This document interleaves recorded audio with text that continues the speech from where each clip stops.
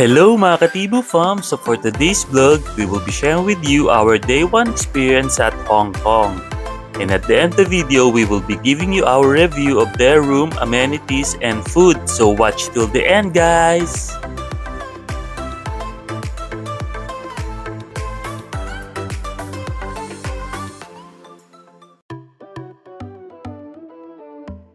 Guys, ito pala yung first out of the country experience namin as a family. Before kasi hindi pa kami complete, wala pa si Danny. Pero ngayon, ayan, kompleto na ang Tibo fam. Pupunta pala tayo ngayon sa Hong Kong, guys. Kaya sobrang excited na yung aking mga kids. For out of the country travel, guys, ang first thing na gagawin nyo is magbayad ng travel tax. 1,620 siya for adults and 810 for kids. Yung mga OFW, guys, free lang dito. Ang bino ko pala na airline, guys, is AirAsia. Ito kasi talaga ang trusted airline ko dito sa Pilipinas and mura pa yung mga tickets dito. Guys, tip pala, pag magbubook kayo, make sure na mag-online check-in na din kayo para bag drop na lang ang gagawin nyo dito.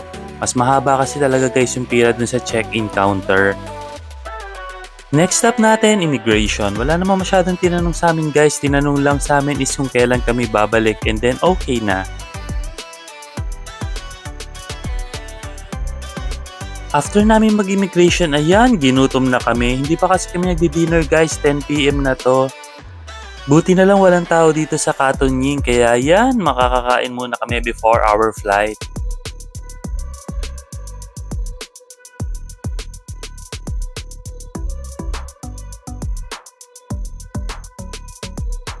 Hi guys, we're going Hong Kong.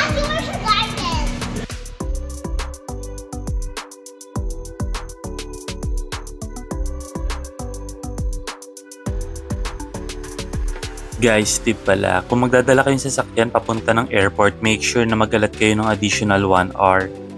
Sobrang haba kasi ng pila dun sa parking, guys, and ang hirap din makahanap ng spot. Kanina nga, guys, kinabahan ako kasi kala ko mamimiss namin yung flight namin. Initially kasi nakapila kami dun sa covered parking nila, pero sobrang haba ng pila and nakasulat doon full parking na. Kaya yun, umikot na lang ako papunta ng open parking. It took me 1 hour din, guys, para makahanap ng slot.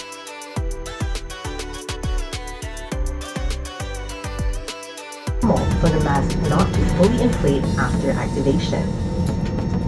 Place your own mask first before assisting others.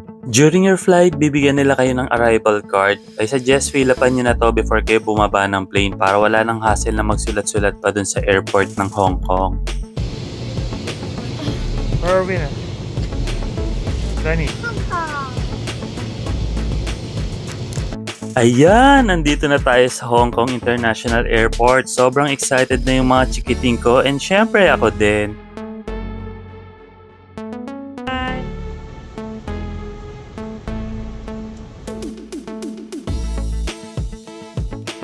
Guys, ang flight pala from Philippines to Hong Kong would take you 2.5 hours. Kaya ito, dumating kami ng Hong Kong ng around 2 AM.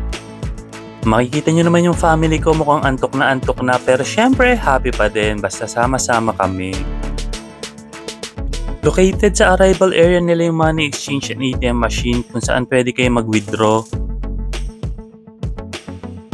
Dahil sobrang aga pa, ayan, pumunta muna kami sa McDo para mag-almusal and also para makapagpahinga yung mga kids ko. Syempre, kailangan na ng energy for the whole day. Habang natutulog yung mga kids ko, bumili pala ako ng SIM card, guys, sa 7-Eleven. Around 75 each KD lang, guys. Only na yun for 7 days. Ayan, gising na yung family ko. Mukhang energized na and ready na sa mga activities namin for the whole day. Guys, don't forget pala to buy Octopus card. Dito yung siya mabibili sa lugar na to. Kailangan kasi talaga ng Octopus card dito, guys, kasi gagamitin nyo siya sa MTR and also dun sa mga bus nila. Kakatuwa yung airport nila dito, guys, kasi sobrang accessible lahat ng mga transpo. Kami ang sasakyan namin for this trip is yung kanilang A21 bus going to Tsim Sha Tsui. Guys, tip pala, gamitin nyo yung Google Maps pag nandito kayo sa Hong Kong kasi sobrang accurate ng mga nakasulat doon. Even yung time ng pagdating at pag-alis ng bus, tama-tama, guys. Guys, tip pala, pag magta-travel kayo abroad ay suggest kunin nyo rin yung flight na madaling araw. Aside sa mas mura yung ticket, mas ma-maximize nyo din yung time nyo. Tulad namin, first day pa lang, jump pack na yung activities. Malapit pala sa hotel namin guys itong Chungking Mansion. Famous talaga to guys kasi affordable daw yung mga rooms dito. Kaso may mga kasama kami mga kids kaya hindi kami dito nagstay. Kasi syempre gusto ko komportable sila sa pagtulog.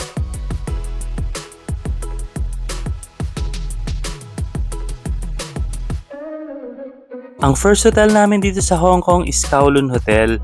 Pinuntahan muna namin guys para iwan namin yung mga luggage namin. Tinry din namin guys mag early check-in kaso hindi pa daw pwede. Pinaka earliest daw nila is 1 PM. Pero okay lang naman yun guys basta pwede namin iwan yung luggage namin kasi syempre sobrang dami namin dala and meron pang mga kulit na mga kids.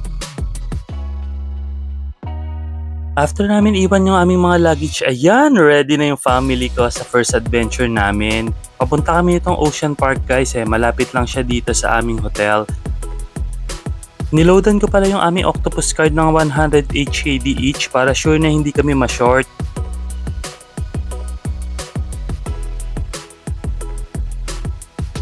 Ayan, nandito na tayo sa Ocean Park. Nakababa lang namin ng MTR nito guys.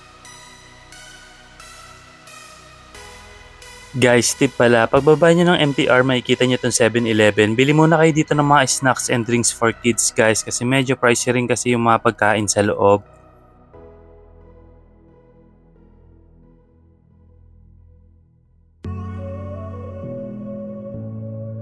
Guys, kakatuwa dito sa Ocean Park. Kahit nasa labas ka pa lang, pwede mo na ma-enjoy yung mga animals nila. Dito, yan. Meron na sila kagad mga crocodile. Kaya yan si Danny ko, tuwan-tuwa na naman. Guys, another tip. Kung meron kayong mga kids na naka-stroller or may kasama kayong PWD and senior, doon kayo sa left side pumila. Mas konti yung pila doon guys and meron pang electric pan.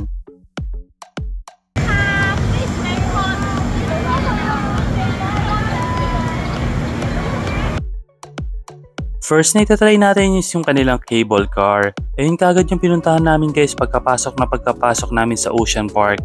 Third time ko na kasi dito sa Ocean Park pero hindi pa namin natatry yung cable car na yan. Lagi kasi kami dito sa submarine sumasakay papunta dun sa taas. Guys, tip pala, kung hindi nyo na matatry yung cable car dun sa Kongping 360 I suggest i-try nyo itong dito sa Ocean Park. Same experience din siya guys. Mas mahaba lang talaga yun dun sa kabila. Pero okay na okay din to guys. Nakakatakot din.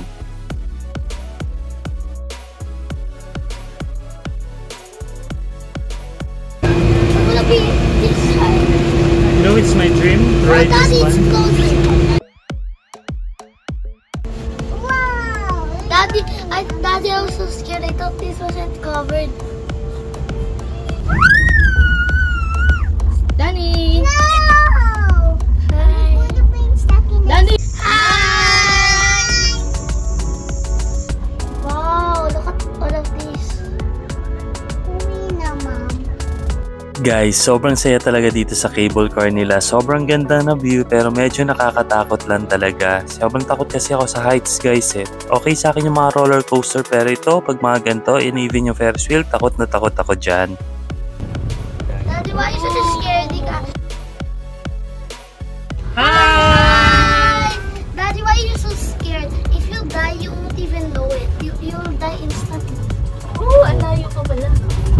Guys, kakatuwa tong si Daphne, minomotivate pa ako. Kaso lalo ata ako natakot sa mga sinabi niya. I'm going to rate this activity at 10 out of 10 stars. Sobra talaga nag-enjoy kami dito sa cable car guys.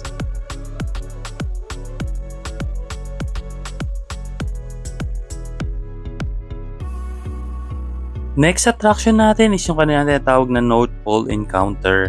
Dito guys, makikita nyo dito mayroon silang mga seal and walrus. Sayang nga lang guys, wala silang polar bear sa loob.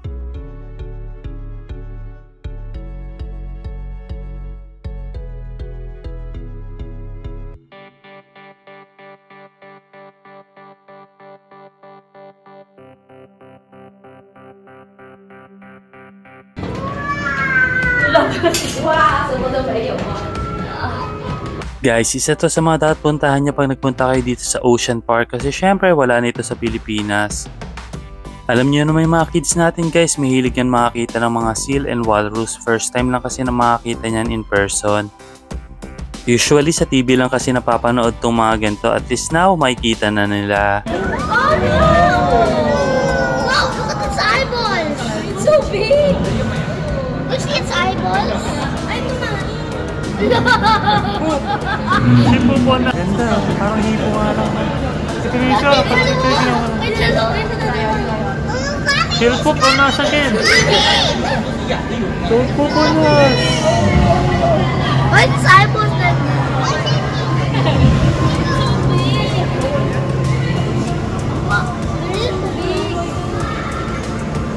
Guys, kakatuwa pala yung walrus, no? Sobrang active nila and talagang nagpe-perform sila sa inyo. Kaya talagang tuwan-tuwa yung mga chikiting ko.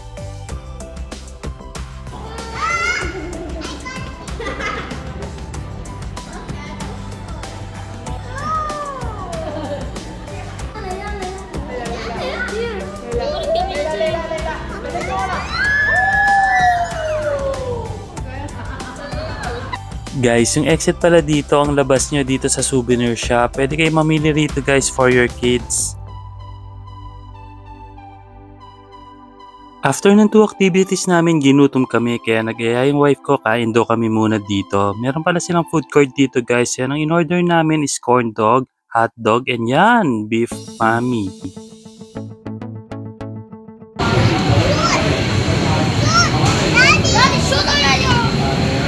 After namin kumain, nag-aya yung mga kids ko, laro daw kami dito para manalo naman daw sila ng mga toys. Guys, ang tinry ko lang pala dito yung basketball. Nakakatuwa lang guys is nanalo pa ako. Nanalo ako ng medium toy. Buti na lang pumayag si kuya na ipalitan ko yun ng 2 small toy. Kaya yan, happy na naman yung 2 kids ko. Guys, meron din pala siya ditong Arctic Fox. First time ko lang nakakita nito, ang cute pala. Next stop natin, South Pole Spectacular. Dito guys, makakita kayo ng mga penguin. Guys, kung napansin nyo, mapinupuntahan namin yung mga attractions lang nila na may viewing. Kasi guys, sobrang init na nagpunta kami dito sa Ocean Park. Kaya mas gusto namin na pumunta sa mga ganito kasi sobrang lamig talaga guys. Kakatuwa lang guys kasi kitang kita ko na sobrang na-amaze yung 2 chikiting ko sa mga penguin. Though second time na nakakita ng ganito guys kasi meron din nito sa Manila Ocean Park. Nakapunta rin kami doon, nakakita sila ng mga penguins. Pero dito guys, sobrang dami talaga ng mga penguins.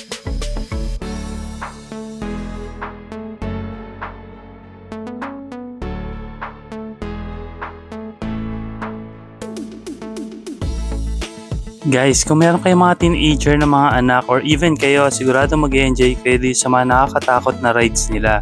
Gusto ko rin sana itry ang mga yan kaso may mga kasama tayong mga chikiting kaya hindi ko na magagawa yan. Siguro next time na lang pag medyo lumaki-laki na sila. Next ride natin, Ocean Express. Ito na lang itatry namin pagbaba guys, medyo natakot na talaga ako sa cable car. Tsaka syempre gusto ko rin matry ng mga anak ko tong ride na to. Guys, tip pala, dun sa mga takot sa heights dyan, dito na lang kayo sumakay para makaakyat or makababa sa Ocean Park. Though medyo boring lang talaga dito guys wala kayong masyadong makikita. Even yung mga kids ko napansin ko hindi sila nag-enjoy dito. Pero okay lang daw kasi at least na-try nila.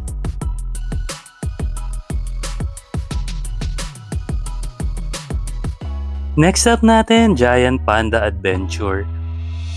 Guys, ito talaga yung pinakaabangan ng wife ko kasi tagal na namin nagpupunta dito sa Ocean Park pero ni isang beses guys hindi namin naabutan yung panda na yan. Sabi nga ng wife ko sa akin, sana this time makita na daw niya. Kaya yan, kitang-kita nyo naman, sobrang excited na siya.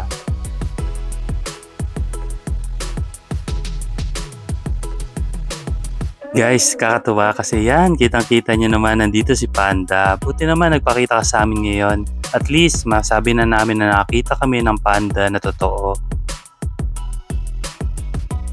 Next na animal na pinisit namin is itong Little Meerkat and Giant Tortoise. So guys, our verdict, I'm going to rate Ocean Park a 10 out of 10 stars. Sobra talaga nag-enjoy yung mga chikiting ko and even ako dito sa Ocean Park guys. Yung cable car pa nga lang nila guys, sulit na talaga doon. Yung 2.5 na binayad mo per head, parang yun lang okay na.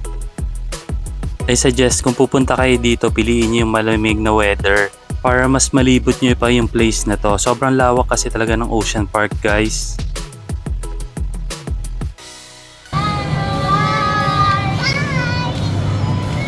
After Ocean Park, balik na kami sa aming hotel. Ang kinuha pala naming hotel guys is Kowloon Hotel located at Nathan Road. Located at their lobby guys is yung kanilang cafe. Pwede kayo dito bumili ng mga drinks and also pastries guys. Medyo mahal lang, 100 each KD yung isang smoothie na binili ko guys.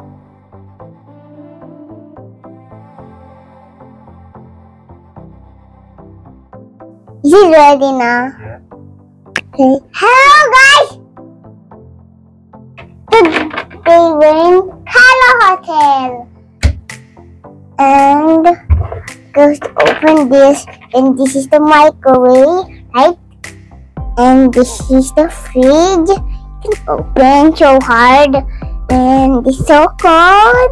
You can touch it so cold. And this is the TV.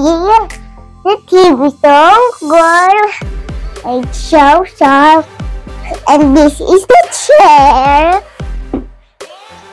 And this is the bed. This is the bed. The blue guy, I guess. So cool. And no, daddies. No, I need to close it. I'm doing the room tour.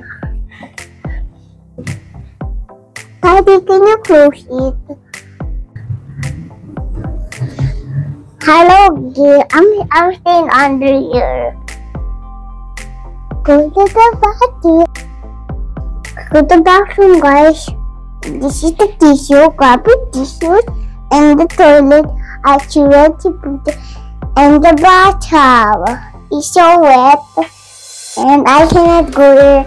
And this is not my diaper button. And let's go. That's the hair dryer. Let's go. Come on. Vivo Farm. Vivo Farm. That's the end of the room tour. Bye! Guys, kakatuwa talaga tong anak ko na si Danny. Hilig-hilig talaga ito mag-room tour guys. Kitang-kita nyo naman siya talaga yung nag-initiate niyan. Sabi ko bukas na kami mag-room tour pero sabi niya, Daddy, kayang-kaya ko pa. What I like most about this room guys is yung view niya. Overlooking namin tong Manila Pen and yung YMCA sa labas. Ang maganda pa dito guys, 10 minutes walk lang to sa Avenue of Stars. Kaya yan, pupuntahan na namin para ma-visit din natin isa sa mga famous places dito. Just outside of our hotel guys, ang daming mga area dito na pwede nyo pag-picturean. Yung mga mahilig mag-Instagram dyan, sigurado mag-i-enjoy kayo dito. Sa likod nga ng wife ko, ang dami nagpi-picture eh. Gusto sana namin mag-picture din doon sa area na yun kaso ang tagal nila umalis. Kaya yan, lipat na lang kami sa kabilang kanto. Guys, kaya pala namin binook yung Kowloon Hotel kasi yung proximity niya sa Avenue of Stars and even sa Ocean Park. Walking distance lang to sa Avenue of Stars guys, kaya yan, papunta na kami ngayon doon. Kakatuwa lang guys, just outside of our hotel ang dami rin pwedeng bilan ng pagkain. Later, bibili kami sa 7-Eleven pag uwi nito.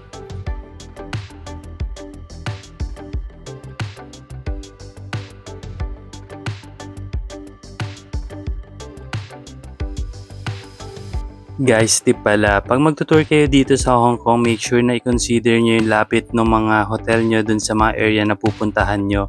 Though okay naman talaga yung transport dito sa Hong Kong, pero mas okay syempre yung walking distance na kayo sa mga tourist spot. Kami nga guys, 3 hotel yung pupuntahan namin dito. Kasi nilapit talaga namin yung mga hotel namin sa mga attractions.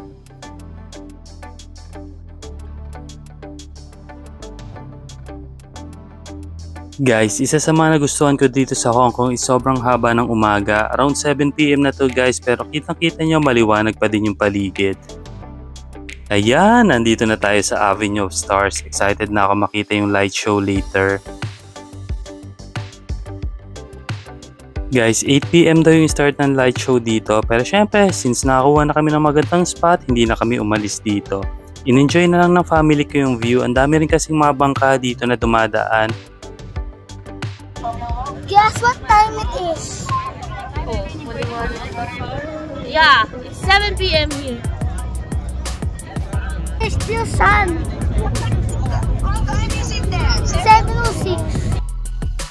Guys, kung pupunta kayong Hong Kong, huwag nyo i-miss out tong Avenue of Stars. Kaka-relax kasi tumambay dito. Ang maganda pa dito guys, libre lang to. Ayan, start na yung light show dito sa Hong Kong. Guys, kaka-relax dito and sobrang ganda talaga ng view, lalo na pag gabi. For dinner guys, bumili na kami sa 7-Eleven na makakain. Masarap din yung mga food nila doon guys. I suggest dun kayo bumili pag nasa Hong Kong kayo.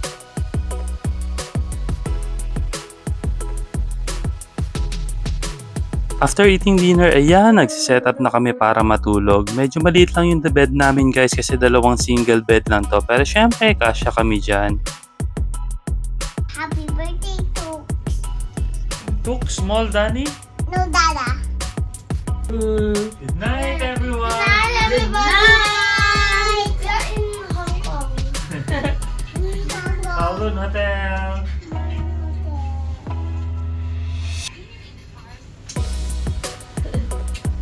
Guys, hindi ko pa pala nasabi, birthday celebration ko pala kaya kami nagpunta ng Hong Kong. Alam niyo naman tayo, kasiyahan lang natin ay makitang masaya yung mga kids natin. Kaya dito ko sinelebrate yung birthday ko para happy sila, mas happy tayo. So guys, our verdict. I'm going to rate this hotel a 4 out of 5 stars. First is yung amenities. Wala silang swimming pool guys and also wala rin ako nakitang gym. Ang maganda lang talaga sa hotel na to guys is ang lapit niya sobra sa Avenue of Stars. Next is yung room. Medyo maliit yung room namin though napakaganda naman talaga ng view and sobrang comfy ng bed. Lastly yung food. Ito talaga guys na enjoy ko. Sobrang sarap ng breakfast buffet dito. Authentic Chinese yung mga food nila guys and meron din silang food na American style. Kaya sobrang nag-enjoy ako and even yung kid ko. This is my beautiful spot. Hi! I'm on my favorite spot.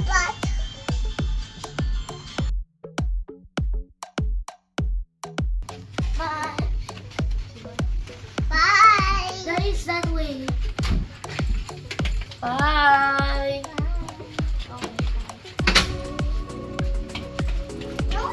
I hope you enjoyed the video guys. See you on our next vlog. Bye!